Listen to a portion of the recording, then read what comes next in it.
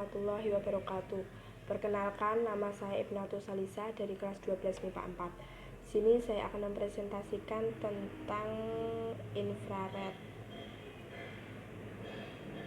Pengertian gelombang elektromagnetik. Gelombang elektromagnetik adalah gelombang yang memancar tanpa media rambat yang membawa muatan energi listrik dan magnet elektromagnetik. Salah satu contohnya yaitu infrared atau inframerah.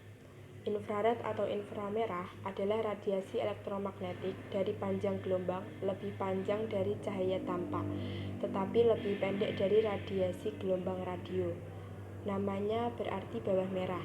Dari bahasa Latin, infra yaitu bawah, merah merupakan warna dari cahaya tampak dengan gelombang terpanjang. Radiasi inframerah memiliki jangkauan 3 order dan memiliki panjang gelombang antara 700 mm dan 1 mm. A. Sifat-sifat gelombang elektromagnetik. 1. Perubahan medan listrik dan medan magnet terjadi pada saat bersamaan. 2. Arah medan listrik dan medan magnet saling tegak lurus. 3. Kuat medan listrik dan medan magnet besarnya berbanding lurus satu dengan yang lain, yaitu menurut hubungan E sama dengan B. 4. Arah perambatan gelombang elektromagnetik selalu tegak lurus, arah medan listrik dan medan magnet. Selanjutnya, gelombang elektromagnetik dapat merambat dalam ruangan hampa. Gelombang elektromagnetik merambat dengan laju yang hanya bergantung pada sifat-sifat listrik dan medan medium. Gelombang elektromagnetik adalah berupa gelombang transversal. Laju lambat gelombang elektromagnetik dalam ruang hampa merupakan tatapan umum dan nilainya sama dengan 3 kali 108 meter per sekon. Gelombang elektromagnetik dapat mengalami proses pemantulan, pembiasan, polarisasi, interferensi, dan difraksi atau lenturan. Sifat dari sinar inframerah. A. Sinar inframerah tidak dapat dilihat oleh mata telanjang manusia. B. Sinar inframerah tidak dapat menembus materi yang tidak tembus pandang. C. Sinar inframerah dapat ditimbulkan oleh komponen yang menghasilkan panas. Sinar inframerah memiliki panjang gelombang yang berlawanan dengan suhu, sehingga saat suhu mengalami kenaikan, maka panjang gelombang sinar inframerah akan menurun. Sifat inilah yang dapat diaplikasikan dalam berbagai peralatan dalam industri yang membutuhkan alat pendeteksian panas. B. Permasalahan. Sinar inframerah merupakan cahaya yang tidak tampak. Jika dilihat dengan spektroskop cahaya, maka radiasi cahaya inframerah akan nampak pada spektrum elektromagnet dengan panjang di atas panjang gelombang inframerah. Dengan panjang gelombang ini, maka cahaya inframerah akan tidak tampak oleh mata, namun radiasi panas yang ditimbulkan masih terasa atau dideteksi. Sinar inframerah dihasilkan oleh getaran atom-atom dalam suatu molekul. Getaran atom dalam suatu molekul akan memancarkan gelombang elektromagnetik pada frekuensi-frekuensi yang khas dalam daerah inframerah. Oleh karena itu, spektroskopi inframerah dapat digunakan sebagai salah satu cara untuk mempelajari struktur molekul. Jenis-jenis inframerah berdasarkan panjang gelombang sunting. A. Inframerah jarak dekat dengan panjang gelombang 0,7 sampai 1,5. B. Inframerah jarak menengah dengan panjang gelombang 1,50 sampai 10.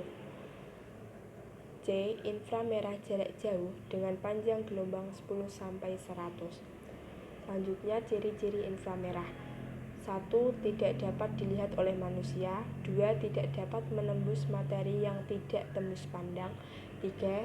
Dapat ditimbulkan oleh komponen yang menghasilkan panas. 4. panjang gelombang pada inframerah memiliki hubungan yang berlawanan dan berbanding terbalik dengan suhu. Ketika suhu mengalami kenaikan, maka panjang gelombang mengalami penurunan.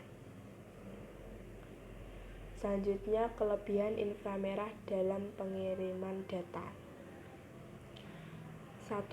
Pengiriman data dengan inframerah dapat dilakukan kapan saja, karena pengiriman dengan inframerah tidak membutuhkan sinyal.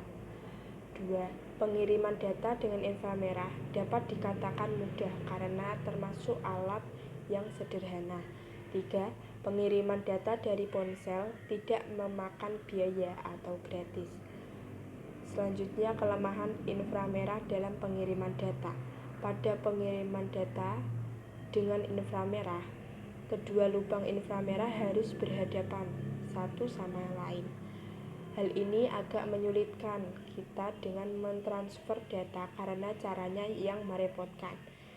2. Inframerah sangat berbahaya bagi mata, sehingga jangan sekali-sekali sorotan inframerah mengenai mata. 3. Pengiriman data dengan inframerah dapat dikatakan lebih lambat dibandingkan dengan rekannya Bluetooth. Sifat-sifat cahaya inframerah antara lain: 1. Tidak dapat dilihat oleh manusia. 2. Tidak dapat menembus materi yang tidak tembus pandang. 3. Dapat ditimbulkan oleh komponen yang menghasilkan panas. 4. Panjang gelombang pada inframerah memiliki hubungan yang berlawanan atau berbanding terbalik dengan suhu. Ketika suhu mengalami kenaikan, maka panjang gelombang mengalami penurunan. C. Pemanfaatan dan teknologi. Kegunaan infrared adalah sebagai berikut. 1. Itu mengaktifkan molekul air dalam tubuh. 2. Bergetarnya molekul air dan pengaruh inframerah akan menghasilkan panas yang menyebabkan pembuluh kapiler membesar dan meningkatkan suhu kulit, memperbaiki sirkulasi darah, dan mengurangi tekanan jantung, meningkatkan metabolisme tubuh. Dari kesimpulan tersebut, dapat disimpulkan bahwa yang saya buat dapat diambil dan kesimpulannya, sinar inframerah adalah radiasi elektromagnetik dari gelombang yang lebih panjang dari cahaya tampak, tetapi lebih pendek dari radiasi gelombang radio. Radiasi inframerah memiliki jangkauan 3 order dan memiliki panjang gelombang antara 700 nm dan 1 nm. Sinar infra yang dihasilkan oleh elektron dalam molekul-molekul yang bergetar karena benda dipanaskan. Jadi, setiap benda panas pasti memancarkan sinar inframerah. Sesungguhnya, setiap benda yang bersuhu di atas 0 Kelvin pasti memancarkan radiasi inframerah. Jumlah sinar inframerah yang dipancarkan pada suhu dan warna benda.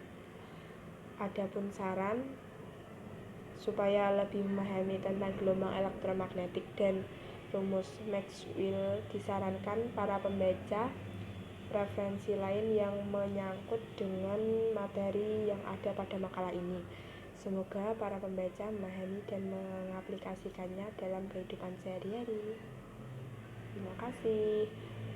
Sekian dari saya. Wassalamualaikum warahmatullahi wabarakatuh.